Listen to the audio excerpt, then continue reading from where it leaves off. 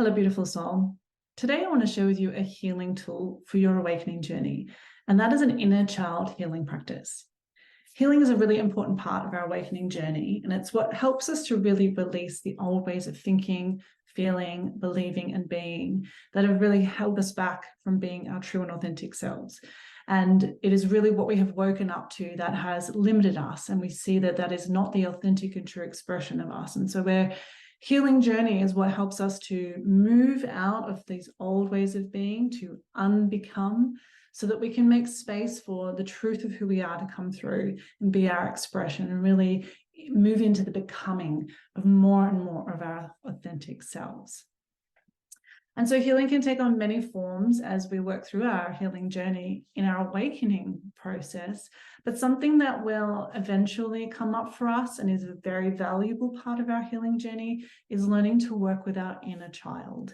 Our inner child is simply a younger version of us that is kind of like caught in time and has really experienced a pivotal moment in our lives. It's usually one of those defining moments for us where a belief was formed and a story was born about who we were. And it was our mind and our ego at that time, when we were too young to understand what was happening to us, trying to make sense of our experiences, but really internalizing that and making it about ourselves, that perhaps we saw an adult or a parent unhappy with us when we were being simply, playful and like the clown, or just being our little authentic selves. And, our parent had had the day from hell from work, and, they're stressed to the max. Maybe there's money worries. Who knows? We don't know. We're 5.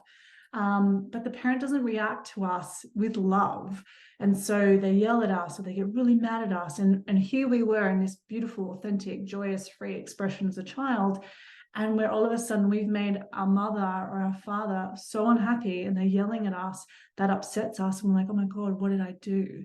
And then, our little minds are like, well, you were acting like this. Don't do that. Don't be like that. That makes mum mad. That takes love away from you. And that's really how our ego was born, from this understanding and sifting through of our experiences in our life of what brought us more love and attention and closer to people, and what were the things that were happening that really took that love away, took that attention away, took that connection away. And so it really just was filtering through all of our experiences of our life, then deciding this is good, this isn't good, be like this, don't be like that. And then through that, we have beliefs and stories about who we are and how we should be. And so really, as we do our healing work in our awakening journey, that is what we're attending to, are these stories and beliefs that are limiters on our truth. So as we work with the inner child today, this, or at least I take you through this process today, it's something that you can add to your healing toolkit. I think that it's a powerful tool to use in the moment when you've been triggered, when you feel old stuff come up, when you feel those stories getting in the way, when you know the beliefs that you have. It's so often that we're not enough, that you're not lovable, that we're too much or too sensitive, all of those things that we maybe have heard when people really didn't understand us, and we've internalized these narratives about ourselves. So as those things arise in us, maybe we have emotional reactions, we've been triggered, this is a tool that you can use in these moments. There's 2 ways that you can go about using it. You can simply watch this video, follow along, let that be a visualization practice. Or another way that I like to use it personally in my own practice is I do it as a journaling exercise. So I sit with each of the parts of the process and I'm journaling the answers, and I'm really feeling into what's here emotionally, energetically.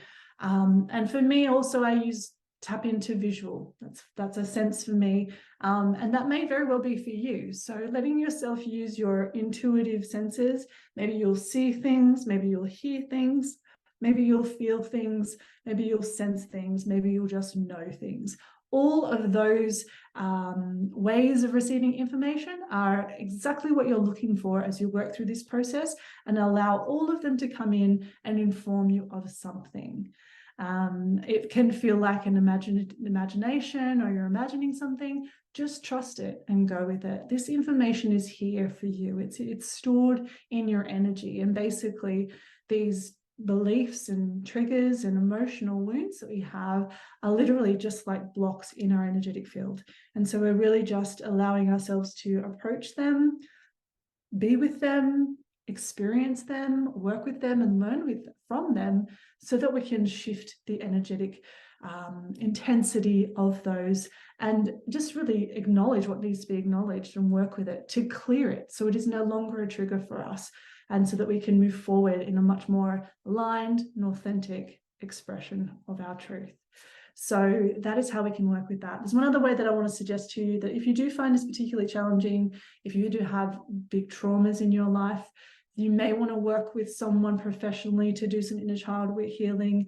I have worked with people through the Akashic Records with this. So just being a judge of what kind of support you might need as you really are working with yourself in this way. So listening and trusting what it is that you need most. And if this is a practice that you can do on your own, you absolutely can. It's just some of those bigger things, we may want to have support for that. So let me now take you through this process. So as I said, this would be used when perhaps you've had that story come up, those beliefs crowd in, maybe you've been triggered.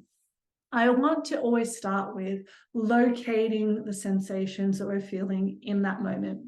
This helps us to get out of our head, out of the story, and start to connect with our body. So I'm putting my hands here on my heart, and I do that as an example. So the first thing you want to do is locate, where in the body am I feeling this experience in this moment? Is it in my heart? Do I feel it in my belly? Then you put your hands on your belly. Do I feel it, in the top of my head?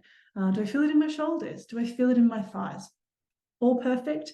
Just putting your hands on the part of your body that you're feeling this sensation in the moment. You can close your eyes if you're doing this as a visualization. And I just want you to get really aware of, what does this sensation feel like? Is there burning in my heart? Does it feel like cold in my heart? Do I feel like there's a rock? Do I feel like there's clenching? Do I feel like there's tingling? Name any and all of the sensations you just begin to feel physically, wherever your hands are, so that you're really connecting with, what are the sensations in my physical body? And we're bringing our awareness now into our body. So that is the first step. Once you've got really clear on all the sensations you're feeling, you can always say, is there anything else? Is there anything else? And when that's complete, we're going to then go a little bit deeper and start to get clear on, what are the emotions that are present for me in this moment. So the question I like to ask, with my hands still on the part of my body where I'm feeling energy in this moment, is, what is here? That question is really asking us now to name, what are the emotions that are here? Again, you might like to close your eyes, and then you're just beginning to name them. So maybe there's sadness, there's fear, there's also some anger, disappointment. Maybe you feel one thing, maybe you feel several things. All of it is okay. Just naming as many of the things that you feel in this moment.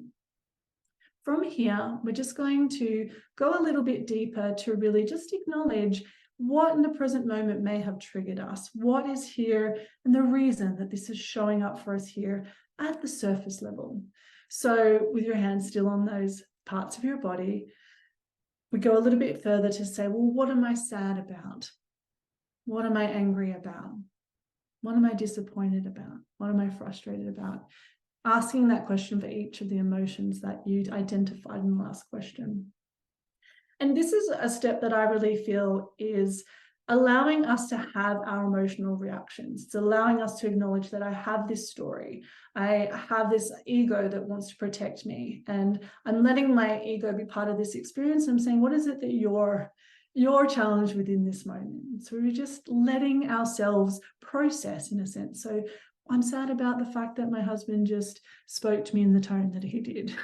I'm saying that because that's happened to me, because it's really hit an inner wound for me when I've been spoken to with a tone that felt, I wasn't able to understand his full frustration in the moment, and I took it personally, as we do when we have our wounded inner child. So just letting yourself name all of the things that you want to feel, that feel like why you're sad in this moment or anything else, just letting it all be okay is what I'm trying to say there. Now we're going to take this a little bit deeper, and we're really going to then begin to identify, like I said, what is deeper under that? What is this actual wound, story, or belief that we're holding in our system that is really what's been triggered by this outside event? So your hands can still be very much on your body. And then we're going to ask ourselves, where does this come from? Where does this really come from? And this is where we really start to go into our own energy, into our own body, into our own subconscious. And we're really just wanting to allow, as I said in the beginning, all of the information and different ways that you might receive an answer to that question to come through. So the question is, where does this come from? Of course, if you're visualizing, closing your eyes, and if you're journaling, sometimes I like to sit and just close my eyes for a while I wait for something to come forward. And as I said, really trust what you receive. This could be an image. It could be a flash of a time in your life. It could be an event. It could literally just be a place that you were.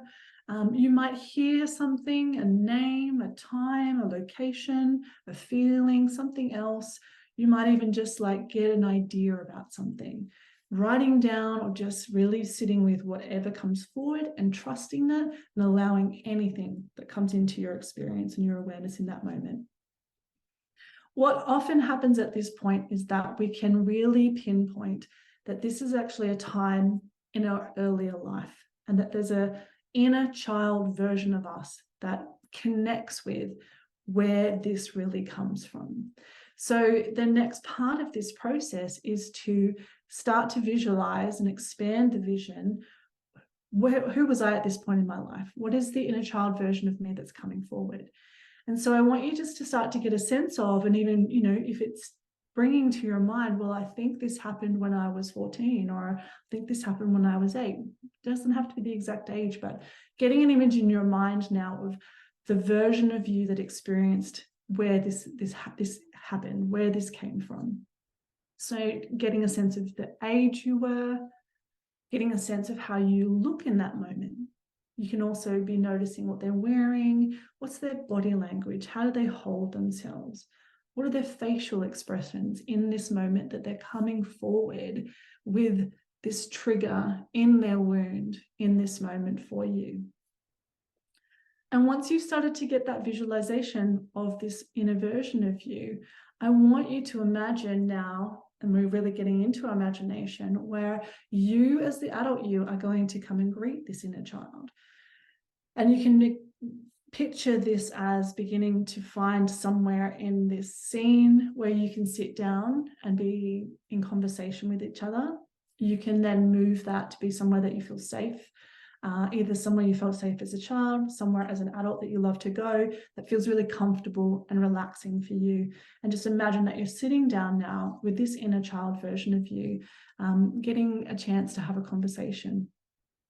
And as you see yourself sitting down with this inner child version of you, I really want you to greet them, smile at them, beam love and compassion toward them, really letting them know that you care about how they feel in this moment, and that you're really grateful for them coming forward with this big emotion or feeling in this moment so that you can better begin to understand them. And so now we're going to begin to actually do that. And so as you're sitting here in your mind's eye with your inner child, the next question you're going to ask them is, what do you need me to know? And then I want you to sit with that answer and let anything and everything come through. Again, that could be visually, it could be you hear something, it could be something that you just sense. Allowing yourself to have the full experience that comes through and noting what it is they want you to know. At this point, if you are visualizing this, it may be worth writing this down, but really taking your time here at this question to sit and wait for your inner child to bring something forward. If you feel there's any other questions you'd like to ask them, you can do that. all the while really reassuring this younger version of you that their feelings are valid and allowed. The next thing that you will ask them is what it is that they need from you in this moment while they're feeling what they're feeling. And again, listening and intuiting that answer.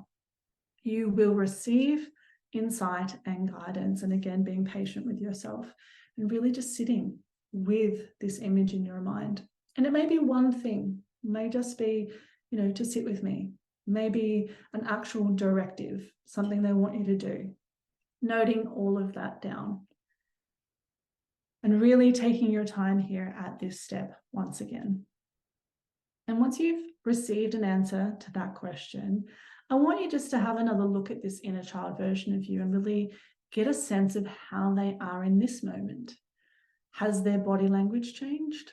Have their facial expressions changed? What's their energy like now? Really noticing if there's been a shift for this inner child version of you.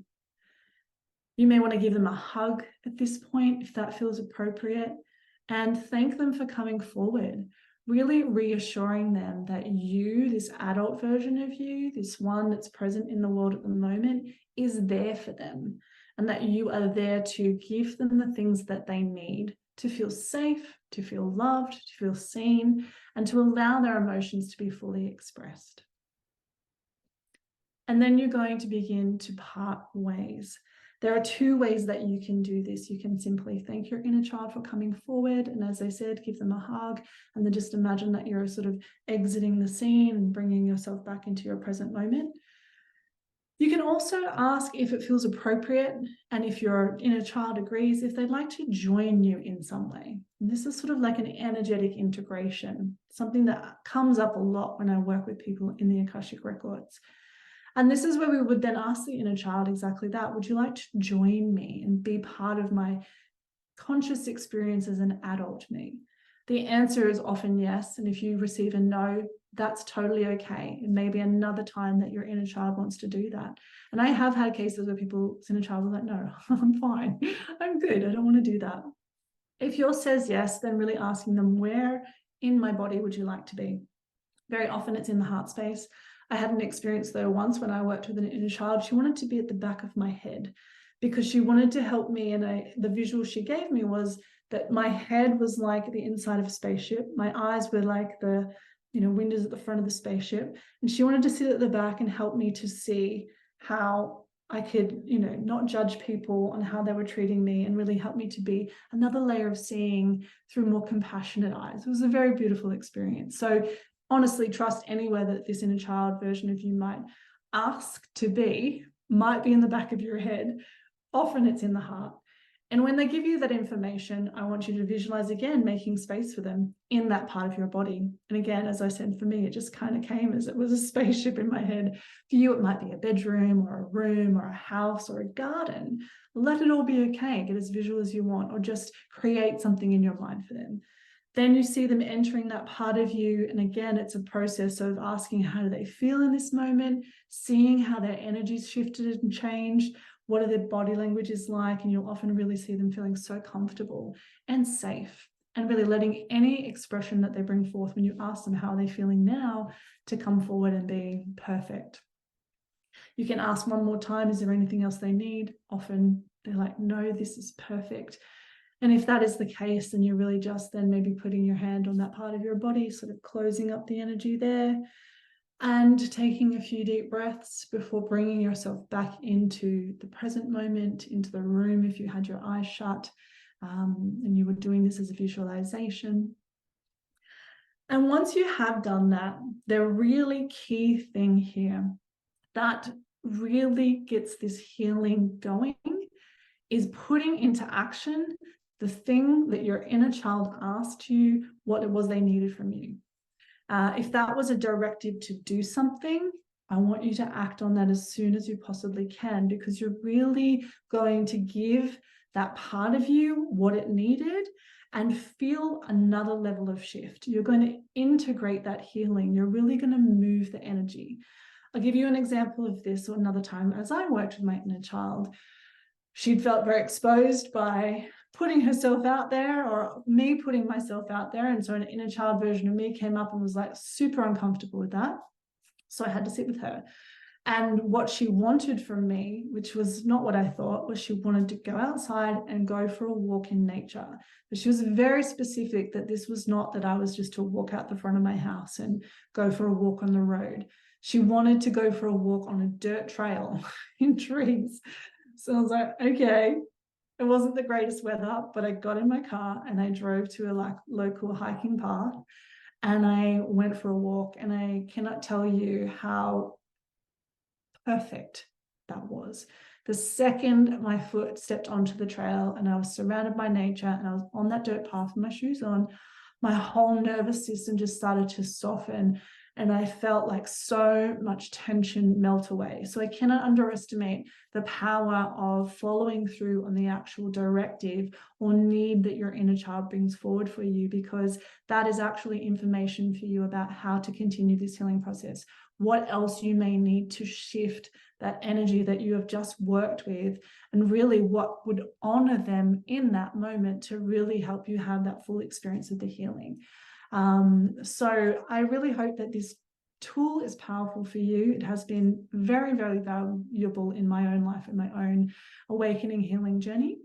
If you have any questions about it, please feel free to reach out. If you work with it and you want to share your experience with someone, I would love to hear about it. If you feel challenged working with it, feel free to connect with me. It's something we can do within your Akashic records as well. Thank you so much for your time, and thank you so much for listening.